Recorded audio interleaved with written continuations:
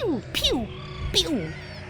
Twigby, you fool! Get under my shield! I'm quite happy out here. Pew, pew. Do you have to make that noise every time you fire? The spell does not work without verbal components. Pew, pew.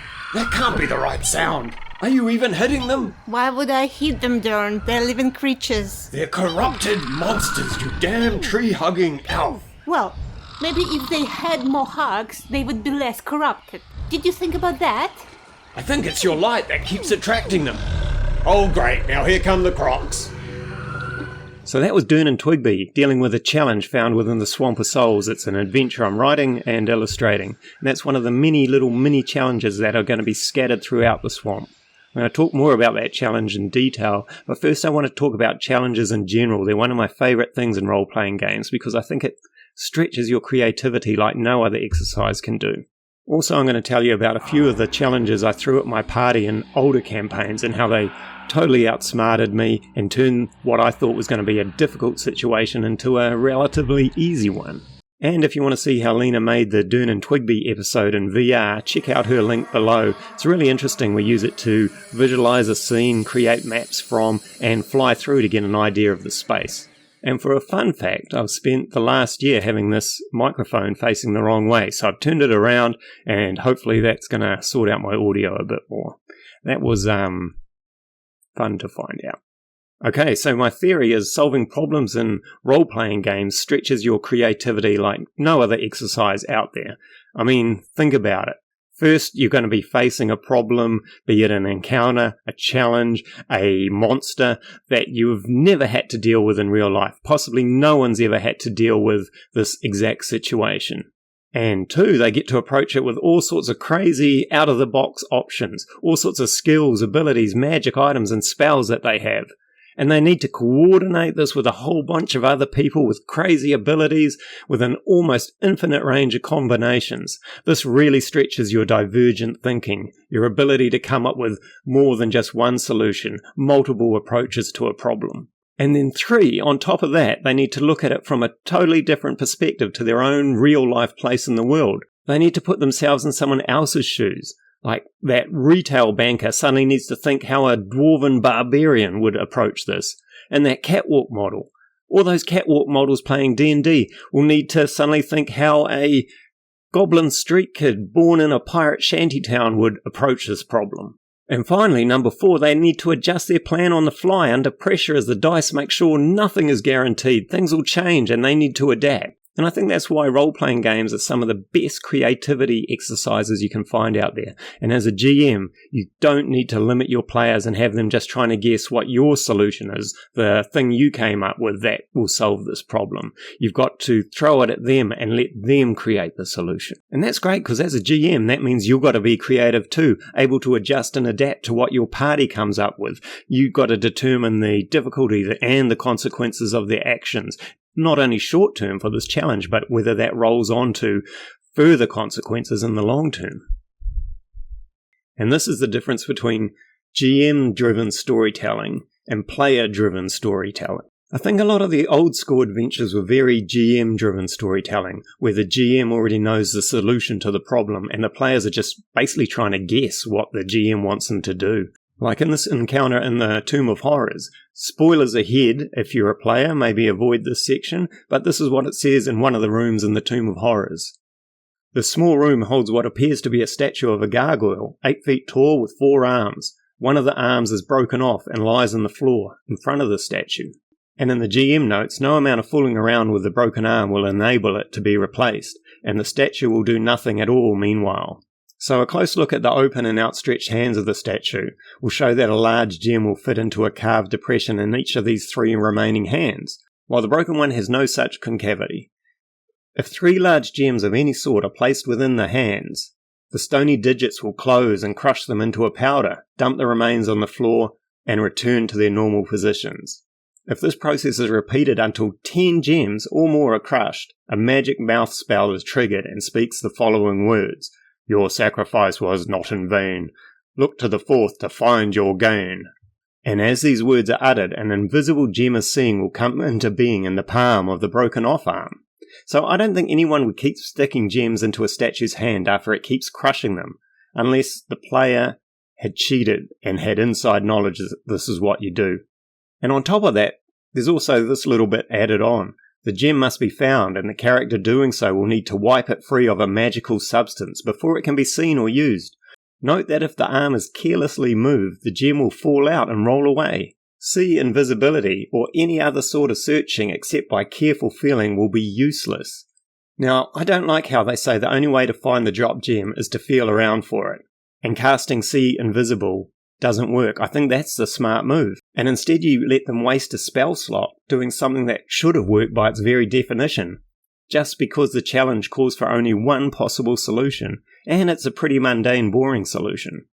I think a lot of these long-term adventure books, where you go from like level 1 to level 15, are very DM-driven storytelling too, where the players just move through chapter by chapter, going from point A to point B, all the while trying to figure out what the DM wants them to do next, which direction they need to head. I think it's too linear. Occasionally the party get to fight something in a chapter, and they get out their dice, enact their counter, then move on to the next part of the story, just following where the Dungeon Master is basically taking them. Now, the alternative is to make each challenge player-driven, and if you're brave, make the entire campaign player-driven. I find this the best way to world build, because I usually do a session every fortnight and find out what they want to do next and where they want to go, and then I build the world onto that over the 2 weeks before the next session. But for a specific challenge, the GM basically reacts to how the party plans it. You figure out, is this a good plan? You create dice rolls, difficulty checks, and consequences to what the party does. You have in mind how the creatures will react to different situations, but you remain flexible and think, how would this creature react? The same way the party has to think, how would my barbarian react? And now as a GM, you're sharing the storytelling experience, and you're figuring out the long-term and short-term consequences of their plans and how they came about. Which brings me back to how I deal with throwing problems at my party. I don't even think about solutions anymore, because my party always comes up with something quite out of the box that I haven't even considered, and I'm going to go through some of those approaches later on. I just throw the problem at them and get ready to react to whatever they choose to do. I have a few parameters in place. I might have what motivates the creatures involved, what would happen if, say, they make a loud noise and warn someone in a different part of the tunnel. I keep all of that in mind, but it's just loose, and I'm ready to react and pretend I have the situation well in hand.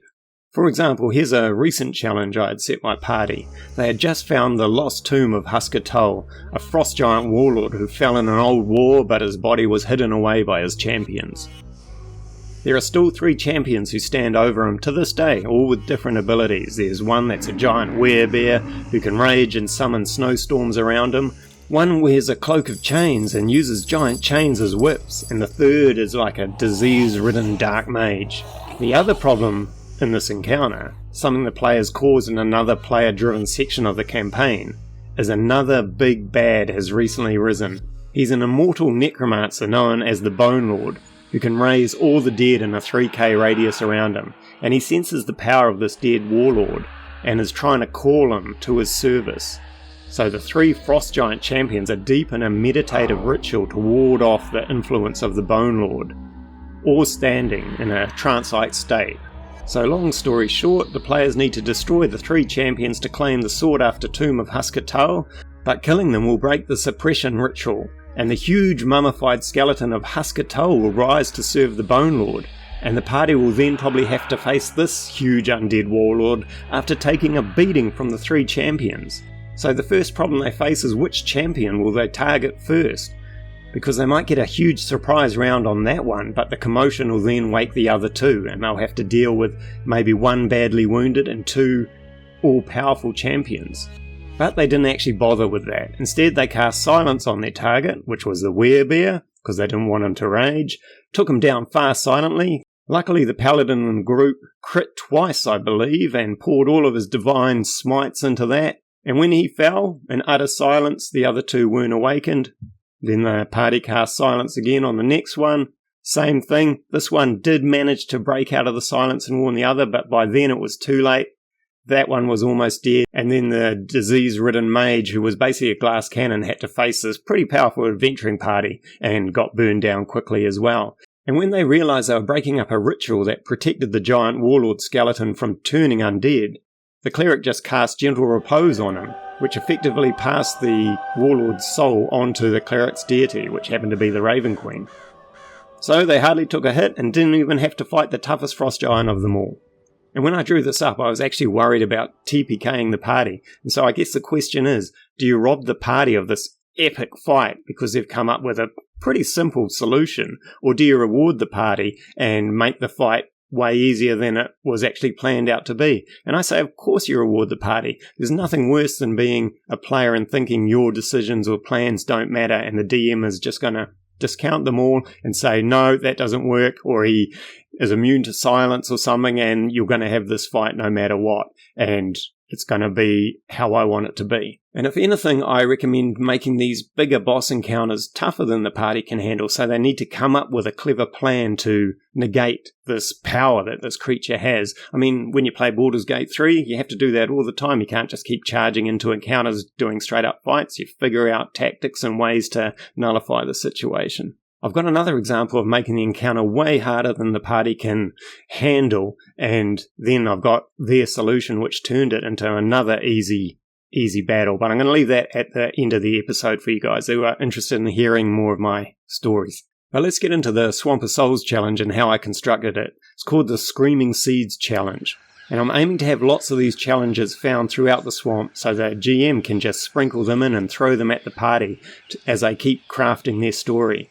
This particular challenge can be brought in if the party needs to gather, say, specific ingredients, maybe for the Swamp Daughter's ritual, or maybe they need it for Old Shellback so he can craft a cure for one of the party who is afflicted by a corruption. The idea is to give the GM interesting laid out challenges quickly, so the players, as they steer the storyline, feel like these things are happening organically. So let's look at the encounter. A rare tree has long fallen, forming a huge bridge over a crocodile breeding ground.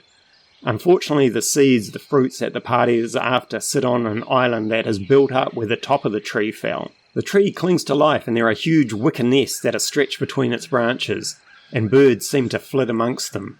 So I've got the basic parameters in place. If they walk over the bridge, the lizard birds have a symbiotic relationship with the crocodiles below and will try swoop as swarms and knock them into the croc-infested waters, where the birds can then feed on the leftover scraps. They also try to wound the players, so any falling into the water will also send the sawtooth trout into a blood frenzy. Flying characters will also be attacked by these lizard birds, and if they make it to the island and disturb the carnivorous flowers, they scream and bite, and this will alert a dangerous sorrow keeper that inhabits one of the nests. So lots could happen, players in the water, all sorts of noise, sorrow keeper coming out, or it could go really smoothly with the right planning, maybe invisibility and silence spells. Okay, and for all of you who have stuck around, thank you, to hear about the other challenge my party aced, here it is. Now this one, I went for an encounter where the party were clearly outmatched and couldn't take it head on. I just wanted to throw it at them, see what they came up with. So basically they arrive at a school of magic to find it being ransacked. There's a huge yak worm outside the school being loaded up with spell books by undead goblins. And there's a sisterhood of assassins and a towering tattered man amongst them. This battle was within the party's capabilities, and they took them out. But they realised that these were just the stragglers that were cleaning up, and 5 more yakworms had headed north, taking most of the school's spellbooks, students and teachers with them as prisoners.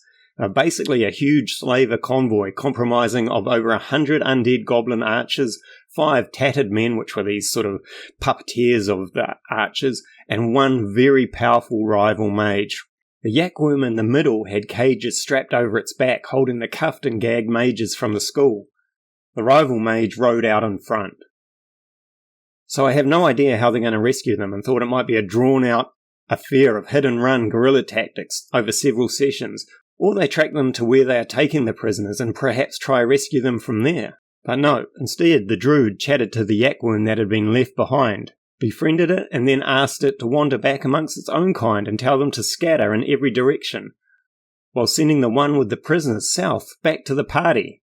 And while some kept the rival mage busy, others freed the powerful head of the school with a dimension door and some skilled lockpicking, and then with this head mage's help took down the rival mage pretty quickly.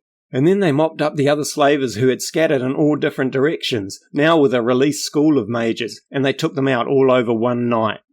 And they became friends with a tribe of yakworms. So thanks for listening, and if you've got your own stories about how your players totally outsmarted one of your encounters, please put them in the comments below. It's like one of my favourite things to hear and talk about. And thanks again. I'll catch you all on the next episode.